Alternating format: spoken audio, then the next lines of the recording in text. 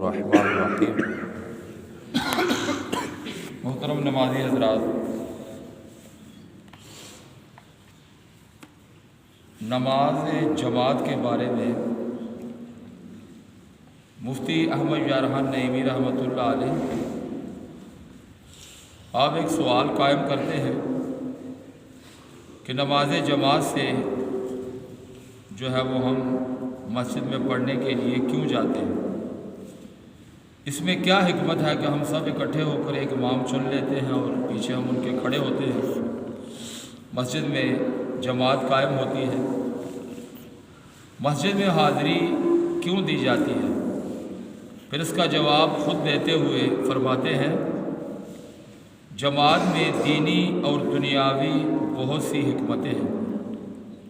دنیاوی حکمتیں تو یہ ہے کہ جماعت کی برکت سے قوم میں تنظیم یعنی ڈسپلن رہتی ہے، مسلمان اپنے ہر کام کے لیے امام کی طرح صدر اور امیر چن لیا کرتے ہیں، پھر امیر کی ایسی اطاعت کرے جیسے مقتدی امام کی کرتا ہے۔ جماعت سے آپس میں اتفاق بڑھتا ہے، روزانہ 5 بار کی ملاقات اور دعا و سلام دل کی عداوت یعنی دشمنی کو دور کر دیتا ہے۔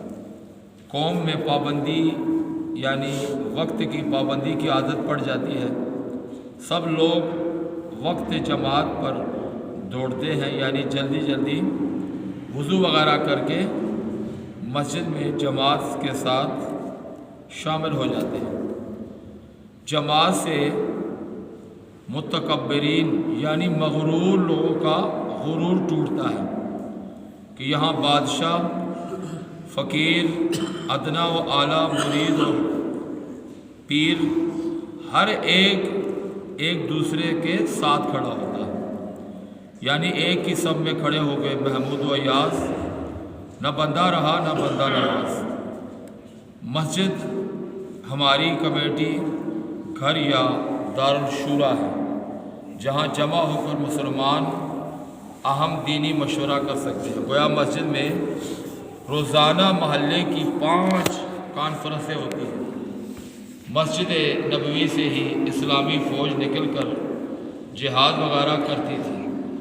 دینی فائدے یہ ہے کہ اگر جماعت میں ایک کی نماز قبول ہو گئی تو سب کی قبول ہو جاتی ہے، یعنی 50 نمازیوں میں سے اگر ایک کی بھی قبول ہو گئی تو 49 کی اللہ عز و جل اپنی بارگاہ میں قبول فرما دیتا ہے۔ سبحان اللہ۔ جماعت میں گویا مسلمانوں کا وفد بارگاہ الہی عز و جل میں حاضر ہوتا ہے، اور ظاہر ہے کہ حاکم کے یہاں تنہا شخص کے مقابلے میں وفد کا زیادہ احترام ہوتا ہے۔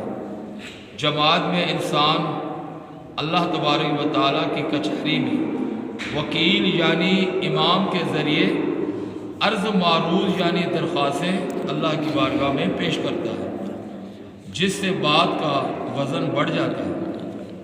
مسجد کی طرف آنے جانے میں ہر ایک قدم پر اللہ تبارک و تعالیٰ اپنے بندے کو 10 نیکیاں عطا فرماتا ہے اور 10 گناہ اس کے مٹاتا ہے، اور اس کے 10 درجات جو ہے وہ جنت کے اندر بلند فرماتا ہے۔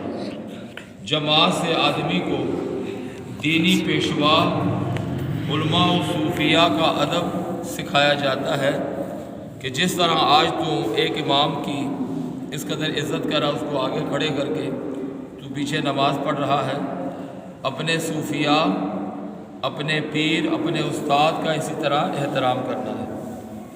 والد اعلیٰ حضرت مولانا مفتی نقی علی خان رحمۃ اللہ علیہ فرماتے ہیں، حضرت سیدنا وہب بن منبہ رحمۃ اللہ علیہ پچھلی صف میں کھڑے ہوتے اور کہتے، میں نے توریت میں دیکھا ہے کہ امت محمدی میں بعض مقبول لوگ جب سجدے سے سر اٹھاتے ہیں تو جو آدمی ان کے پیچھے ہوتے ہیں اللہ عز و جل ان کی بخشش فرما دیتا ہے۔ اللہ اکبر۔ حضرت سیدنا صالح بن کیسان رحمۃ اللہ علیہ نے جس دیانت و محنت کے ساتھ اپنے شاگردوں حضرت سیدنا عمر بن عبدالعزیز رحمۃ اللہ علیہ کی تربیت فرمائی، اس کا اندازہ اس بات پہ لگایا جا سکتا ہے کہ ایک بار حضرت سیدنا عمر بن عبدالعزیز رحمۃ اللہ علیہ کی نماز باجماعت میں شریک نہ ہو سکے۔ استاد محترم رحمۃ اللہ علیہ نے وجہ پوچھی کہ اے عمر بن عبدالعزیز، تو آج جماعت میں شامل کیوں نہ ہوا؟ تو عمر بن عبدالعزیز رحمۃ اللہ علیہ نے فرمایا، یعنی عرض کی، میں اس وقت بالوں میں کنگھی کر رہا تھا، اس وجہ سے میں دیر سے آیا۔ تو آپ تڑپ اٹھے اور بولے، بال سنوارنے کو نماز پر ترجیح دیتے ہو؟ یعنی بال سنوارنا تمہیں اچھا لگتا ہے اور نماز پڑھنے کے لیے یہاں تم حاضر نہ ہوئے، بالوں کی وجہ سے تمہاری نماز رہ گئی۔ اس بات کی خبر مصر میں آپ کے والد رحمۃ اللہ علیہ کو دے دی۔ انہوں نے اسی وقت اپنا خاص آدمی بیٹے کو سزا دینے کے لیے بھیجا، جس نے مدینہ شریف پہنچتے ہی سب سے پہلے ان کے یعنی حضرت عمر بن عبدالعزیز رحمۃ اللہ علیہ کے نماز باجماعت میں رکاوٹ بننے والے بال منڈوا دیے، پھر کوئی دوسری بات ان سے کی۔ تو اسی تعلیم اور تلقین کا نتیجہ تھا کہ حضرت سیدنا عمر بن عبدالعزیز رحمۃ اللہ علیہ کی شخصیت ان تمام اخلاقی برائیوں سے پاک تھی جن میں بنو امیہ کے کئی نوجوان مبتلا تھے، یعنی معاشرے میں کئی نوجوان برائی میں مبتلا تھے، لیکن عمر بن عبدالعزیز رحمۃ اللہ علیہ اس قدر شخصیت کے مالک تھے کہ ان کے والد نے ان کے وال ہی منڈوا دیے تاکہ اس سے آئندہ سے کبھی اس کی نماز نہ رہ جائے اور اس کو پتہ ہو کہ نماز کی کتنی اہمیت ہے۔ تو عاشقان نماز دیکھا آپ نے، پہلے کے دور کے اساتذہ کرام اپنے شاگردوں کی نمازوں کی کس قدر خبرگیری فرمایا کرتے تھے۔ اب تو بڑا ہی گیا گزرا دور ہے، کئی اساتذہ کی نظر صرف تنہا پر مرکوز رہتی ہے، شاگرد نماز پڑھے نہ پڑھے اس کی کوئی پرواہ نہیں کرتے۔ باجماعت نماز کے لیے مسجد میں آنے والے خوش نصیبوں سے عرض ہے کہ جب جماعت کھڑی ہو جائے تو اب نہ بالوں میں کنگھی کیجیے، نہ امامہ شریف باندھنے میں وقت صرف کیجیے، فوراً جماعت میں شریک ہو جائیے۔ امام صاحب جب قیام میں یعنی کھڑے ہو تو ان کے رکوع میں جانے کا نیز قاعدہ اولا یعنی پہلی اتحیات میں ہو تو کھڑے ہونے کا انتظار مت کیجیے۔ امام صاحب جس کیفیت یعنی جس حالت میں ہوں اسی میں فوراً شریک جماعت ہو جائیے۔ البتہ امام صاحب جب سلام پھیریں اس وقت شریک نہیں ہو سکتے، اب جماعت جو ہے وہ ختم ہو چکی ہے۔ ہاں، امام صاحب سلام پھیر کر سجدہ صاحب کرے تو پھر شامل ہو سکتے ہیں کہ ابھی ایک پوری اتحیات جو ہے وہ اس نے دوبارہ پڑھنی ہے، جیسا کہ فتاوی رضویہ میں ہے، جو سجدہ صاحب کے بعد قاعدے میں امام کے ساتھ شریک ہو جائے اس کو بھی جماعت کا ثواب ملتا ہے اور ان کی بنا یعنی نماز شروع ہونا صحیح ہو جاتی ہے۔